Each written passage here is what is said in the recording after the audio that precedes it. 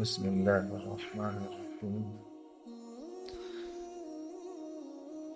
الحمد لله رب العالمين، والصلاة والسلام على سيد المرسلين وعلى آله وأصحابه أجمعين.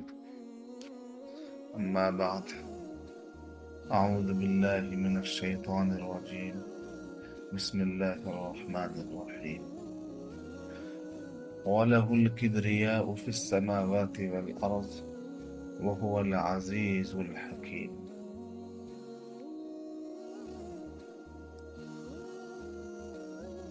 سامعین کرام،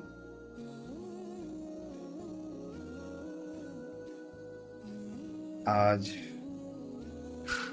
میں آپ کے سامنے تکبر کی مذمت اور قباحت و شناعت پر کچھ گفتگو کروں گا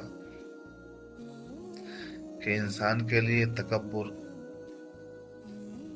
کتنا بڑا گناہ ہے اور اس کا کیا نقصان ہے۔ حضرت زہری رحمۃ اللہ علیہ کہتے ہیں کہ مجھے سالم رحمۃ اللہ علیہ نے خبر دی کہ ابن عمر رضی اللہ تعالیٰ عنہ نے حضور پاک صلی اللہ علیہ وسلم کا یہ ارشاد نقل کیا کہ ایک مرتبہ ایک آدمی اپنے ازار کو، تہبند کو یا پائجاموں کو کہیے، ایک آدمی اپنے ازار کو تکبر کے طور پر گھسیٹ کر چل رہا تھا تو اسے زمین میں دھسا دیا گیا۔ وہ قیامت کے دن تک زمین میں دھستا چلا جائے گا۔ یہ بخاری، مسلم، ترمذی اور نسائی شریف کے اندر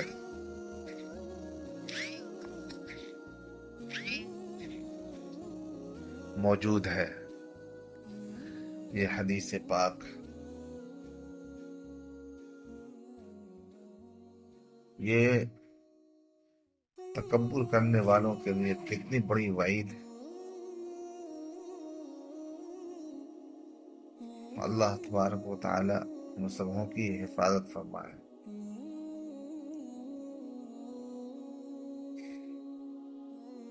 کچھ لوگوں نے اس قصہ میں جس شخص کا ذکر کیا گیا ہے اس کے نام اور وطن کو جاننے کی کوشش کی ہے۔ تو بعض کہتے ہیں کہ اس سے مراد قارون ہے، بعض کے نزدیک یہ ہیزن نامی شخص ہے جس کا تعلق فارس کے دیہاتوں میں سے کسی دیہات سے تھا۔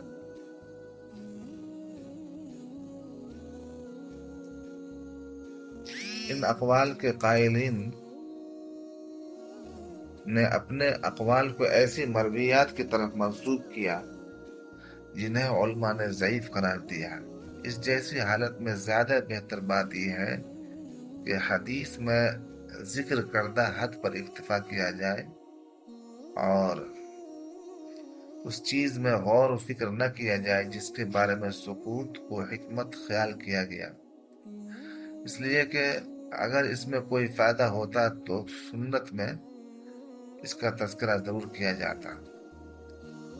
بعض علماء یہ بھی فرماتے ہیں کہ اس قصہ میں جس شخص کا ذکر کیا گیا ہے یہ شخص امت محمدیہ سے تعلق رکھتا تھا اور حضور پاک صلی اللہ علیہ وسلم کا ارشاد آئندہ زمانے کے اعتبار سے ہے۔ میرے نزدیک پہلی رائے زیادہ بہتر ہے، اگرچہ عقل اس قسم کے واقعات کو کسی بھی زمانہ اور علاقہ میں محال قرار نہیں دیتی۔ اس وجہ سے حضور پاک صلی اللہ علیہ وسلم نے اس قصہ اور اس جیسے دوسرے واقعات کو بیان فرمایا۔ اس قصہ میں اس شخص کی حالت کا تذکرہ ہے جو تکبر کی وجہ سے اپنے ازار کو گھسیٹ کر چلتا تھا، لیکن یہ گناہ ہر متکبر کے ساتھ لائق ہوتا ہے۔ جو بھی گھمنڈی والا ہے اس کے ساتھ یہ گناہ لائق ہوگا، خواہ ازار سے تکبر کو ظاہر کرے یا جوتوں سے یا کسی اور چیز سے، اس لیے کہ صفت کی مذمت بیان کرنا مقصود ہے، نہ کہ علامت کی۔ حافظ ابن حجر عسقلانی رحمۃ اللہ علیہ فرماتے ہیں ازار کو خصوصیت کے ساتھ ذکر کرنے کی وجہ یہ ہے کہ تکبر کا اظہار عموماً اسی سے کیا جاتا ہے۔ حضرت ابو سعید خدری رضی اللہ تعالیٰ عنہ اور ابو ہریرہ رضی اللہ تعالیٰ عنہ فرماتے ہیں کہ رسول اللہ صلی اللہ علیہ وسلم نے فرمایا، ایک حدیث قدسی میں ہے، کبریائی میری چادر ہے اور عظمت میرا ازار ہے، جو ان دونوں میں سے کسی ایک کے بارے میں مجھ سے جھگڑے گا میں اسے جہنم میں ڈال دوں گا۔ سامعین کرام، عذاب کی یہ وعید ہر متکبر کے لیے ہے، خواہ وہ اپنے طرز عمل میں معمولی سے تکبر کا حامل ہی کیوں نہ ہو۔ حضرت عبداللہ ابن مسعود رضی اللہ تعالیٰ عنہ سے ایک صحیح حدیث منقول ہے، حضور اکرم صلی اللہ علیہ وسلم نے ارشاد فرمایا، وہ شخص جنت میں داخل نہ ہوگا جس کے دل میں رائی کے دانہ کے برابر بھی تکبر ہوگا۔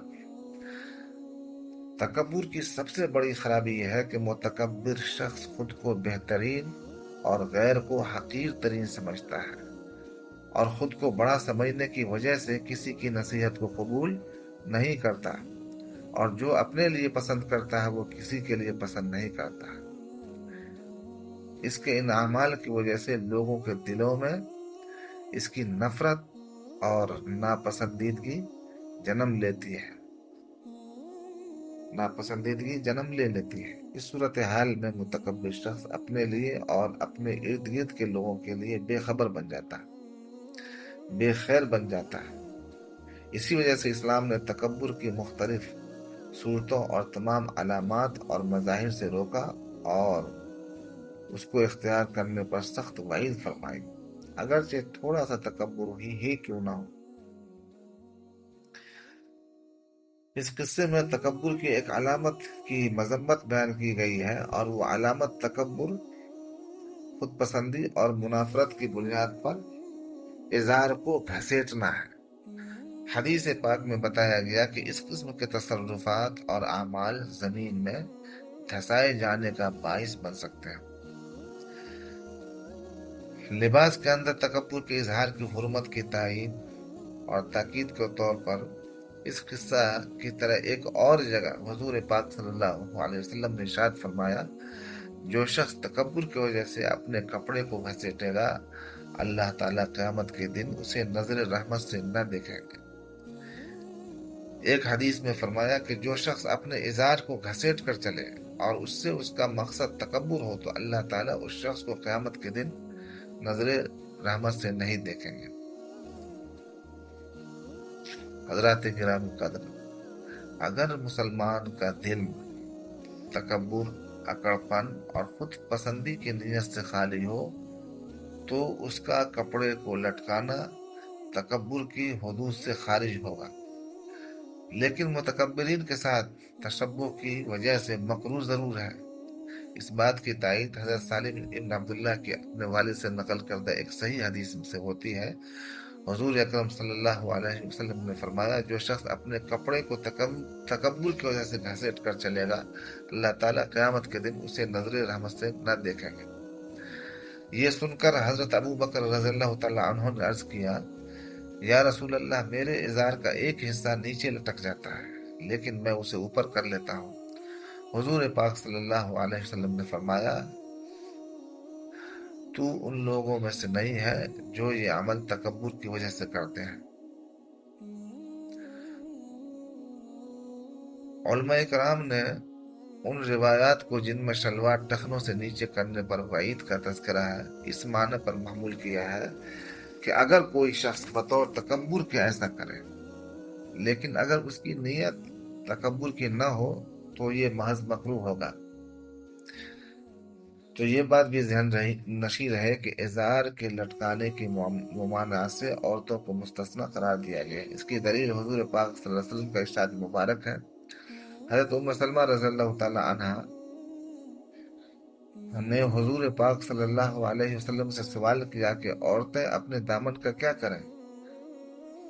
آپ نے فرمایا، وہ ایک بالش تک لٹکائیں۔ حضرت ام سلمہ رضی اللہ تعالی عنہا نے کہا، اس طرح تو ان کے پاؤں نظر آنے لگیں گے۔ آپ نے فرمایا پھر ایک بازو کی مقدار تک لٹکا لیں، اس سے زیادہ نہ کریں۔ سامعین کرام، اس بات کا جان لینا بھی ضروری ہے کہ اگر کوئی شخص عمدہ اور خوبصورت لباس اور پوشاک اور جوتوں کو اختیار کرتا ہے تو اس عمل کو تکبر میں شمار نہ کیا جائے گا، کیونکہ اس کے بارے میں سنت نبویہ میں نص وارد ہوئی ہے۔ حضرت عبداللہ ابن مسعود رضی اللہ تعالیٰ عنہ راوی ہے کہ حضور پاک صلی اللہ علیہ وسلم نے ارشاد فرمایا، جس کے دل میں ایک رائی کے دانے کے برابر بھی تکبر ہوگا وہ شخص جنت میں داخل نہیں ہو سکتا۔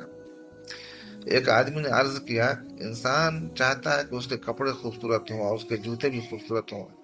حضور پاک صلی اللہ علیہ وسلم نے فرمایا، اللہ تعالیٰ جمیل ہے اور جمال کو پسند کرتا ہے۔ تکبر تو حق کو دھتکارنے اور ٹھکرانے اور لوگوں کو حقیر سمجھنے کی وجہ سے ہے۔ تکبر نام ہے حق کو ٹھکرا دینا اور لوگوں کو حقیر سمجھنا۔ اس روایت کے اندر آپ دیکھیے، یہ آیا ہے کہ اللہ تعالیٰ جمیل ہے، یعنی خوبصورت ہے، اور جمال کو، خوبصورتی کو پسند کرتا ہے۔ یہ اس بات پر دلالت کر رہا ہے کہ خوبصورت کپڑے پہننا صرف جائز اور مباح ہی نہیں بلکہ مستحب اور ترغیب شدہ عمل ہے۔ اس بات کی تائید بھی حضرت ابو الاحوص کی اپنے والد سے ذکر کردہ روایت سے ہوتی ہے۔ وہ فرماتے ہیں، میں ایک انتہائی بوسیدہ لباس میں حضور پاک صلی اللہ علیہ وسلم کی خدمت میں حاضر ہوا۔ آپ صلی اللہ علیہ وسلم نے پوچھا، کیا تیرے پاس مال ہے؟ میں نے عرض کیا، جی ہاں۔ آپ نے دریافت فرمایا، تیرے پاس کیا مال ہے؟ میں نے کہا، اللہ تعالیٰ نے مجھے اونٹ، بکریاں، گھوڑے اور غلام عطا کیے ہیں۔ حضور پاک صلی اللہ علیہ وسلم نے فرمایا، جب اللہ نے تجھے مال دیا ہے تو اللہ کے احسانات اور انعامات کا اثر تجھ پر ظاہر ہونا چاہیے۔ بہرحال محترم حضرات، جب تکبر تمام لوگوں کی طرف سے اپنے مختلف مظاہر کے ساتھ ایک مذموم حرکت ہے تو دعوت دینے والوں کے لیے اس کی مذمت اور بھی بڑھ جاتی ہے۔ دین کے کام کرنے والوں کے لیے اس کی مذمت اور بھی بڑھ جاتی ہے، کیونکہ لوگ ان کے علم اور دینی سمجھ کے محتاج ہوتے ہیں۔ اگر مبلغ اور داعی اسلام لوگوں کے سامنے بڑا بنے گا اور اپنے ظاہر اور اپنی گفتگو کے ذریعے اظہار تکبر کرے گا تو وہ خود بھی گمراہ ہوگا اور دوسروں کو بھی گمراہ کرے گا، اور پھر اس کا علم اور اس کی دعوت اس کے خلاف دلیل بن جائیں گے، اس کے حق میں دلیل نہ بن سکیں گے۔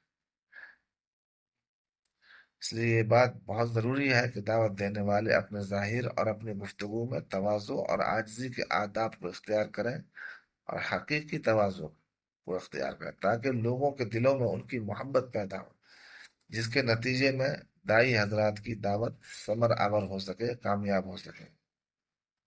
اس قصہ میں برزخی زندگی اور اس کے عذاب و انعام کا ثبوت بھی ملتا ہے، کیونکہ اس قصہ کے مطابق متکبر شخص کو قیامت کے دن قائم ہونے تک مسلسل زمین میں دھسایا جانے کا عذاب دیا جاتا رہا ہے۔ مسلسل زمین میں دھسائے جانے کا عذاب دیا جاتا رہے۔ اللہ تبارک و تعالی ہم سبوں کو تکبر کے اس وبال سے محفوظ فرمائے، اور ہمارے ظاہر اور باطن دونوں کو، دل کو، دماغ کو، سب کو تکبر سے پاک کر دے۔ اس لیے کہ تکبر کرنے والا اللہ کا محبوب نہیں ہوتا، اللہ کی نگاہ میں ناپسندیدہ بندہ ہوتا ہے۔ جو تکبر سے پاک ہوتا ہے، تواضع کو اختیار کرتا ہے، وہی شخص اللہ کا محبوب بنتا ہے۔ اللہ تعالیٰ اس ناپاک حرکت سے ہم سبوں کی حفاظت فرمائے، آمین یا رب العالمین۔ وصلی اللہ وسلم علی سیدنا محمد وعلی آلہ وصحبہ اجمعین برحمتک یا ارحم الراحمین، والحمد للہ۔